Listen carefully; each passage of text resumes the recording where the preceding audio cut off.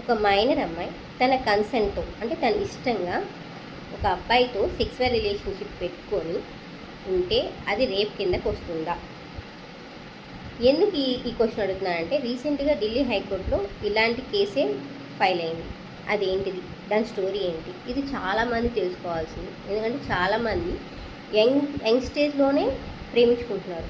So వాళ్ళకి అలా చేస్తే ఆ కాన్సిక్వెన్సీ ఎలా ఉంటుందో కూడా ఇప్పుడు తెలియాలి. ఇప్పుడు మన సెక్షన్స్ ఎలా ఉన్నాయి, మన లాస్ ఎలా ఉన్నాయో తెలుసుకోకపోతే రేపు చాలా ఇబ్బంది పడతారు. ఎందుకంటే ఈ కేసులో ఎక్యూజ్డ్ విక్టిమ్ ఇద్దరు ఇన్నోసెంట్. విక్టిమ్ కేసు ఫైల్ చేయాల ఎక్యూజ్డ్ తరపున, కానీ ఎక్యూజ్డ్ మీద కేసు ఫైల్ అయ్యింది. అసలు ఏంటి స్టోరీ ఏంటంటే, ఒక 17 years అమ్మాయి 22 years అబ్బాయిని ఇద్దరు ప్రేమించుకున్నారు. అలాగే పెళ్ళి కూడా చేసుకున్నారు. ఆ అమ్మాయి ప్రెగ్నెంట్ అయింది. హాస్పిటల్లో డెలివరీ టైంలో ఏజ్ డీటెయిల్స్ అన్నీ రాసుకున్నప్పుడు అమ్మాయి మైనర్ అని తెలిసింది. సో ఆ అబ్బాయికి అగెనిస్ట్గా కేసు ఫైల్ చేసింది అమ్మాయి కాదు, హాస్పిటల్ వాళ్ళు కేసు ఫైల్ చేసిన తర్వాత కేసు జడ్జి గారు, ఢిల్లీ హైకోర్టు జడ్జి గారి ముందుకు వెళ్ళింది. ఆ అమ్మాయి వచ్చి చెప్పిందన్నమాట, తను నా హస్బెండ్ అయితే తనకి అగెనిస్ట్గా నేను ఎందుకు కేసు ఫైల్ చేస్తాను, నా ఇష్ట ప్రకారంగా నేను నా కన్సెంట్తో సెక్సువల్ రిలేషన్షిప్లో ఉన్న ఇద్దరం మేము పెళ్ళి కూడా చేసుకున్నాం, మాకు ఇప్పుడు బాబు కూడా ఉన్నాడు. తన అగెనిస్ట్గా నేను ఈ కేసు అయితే నేను ఫైల్ చేయలేదు, సో తను రిలీజ్ చేయండి, కేసు కొట్టేయండి అని రిక్వెస్ట్ చేసింది అమ్మాయి.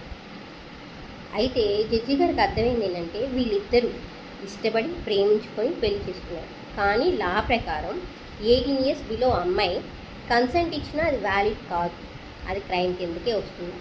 కానీ ఇందులో ఈ కేసులో అమ్మాయి విక్టిమ్ కాదు, ఇష్టపడి చేసింది. కాబట్టి రేప్ అంటే ఏంటి, అమ్మాయికి అగెనిస్ట్గా అమ్మాయి ఇష్టం లేకుండా చేస్తే అది రేప్ కిందకు వస్తుంది. ఇంకా జడ్జి గారు ఏం చెప్పారంటే, బేస్డ్ ఆన్ సిచ్యువేషన్ కొన్ని గైడ్లైన్స్ ప్రకారం, ఈ కేసులో కొన్ని గైడ్లైన్స్ ప్రకారం నేను ఈ కేసు కొట్టేస్తున్నాను. ఆ గైడ్లైన్స్ ఏంటంటే, అమ్మాయి కేసు స్టార్ట్ అయిన దగ్గర నుంచి జడ్జ్మెంట్ ఇచ్చేదాకా తన కన్సెంట్ వాలంటరీ అని చెప్పి నిలబడితే, అండ్ సెకండ్ ఎటువంటి హెరాస్మెంటు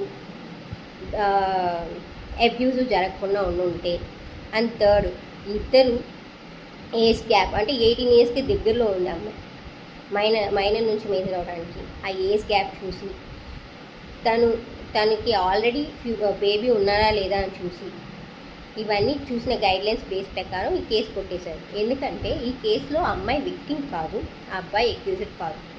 సో ఇది వాళ్ళ ఇష్ట ప్రకారంగా చేసింది.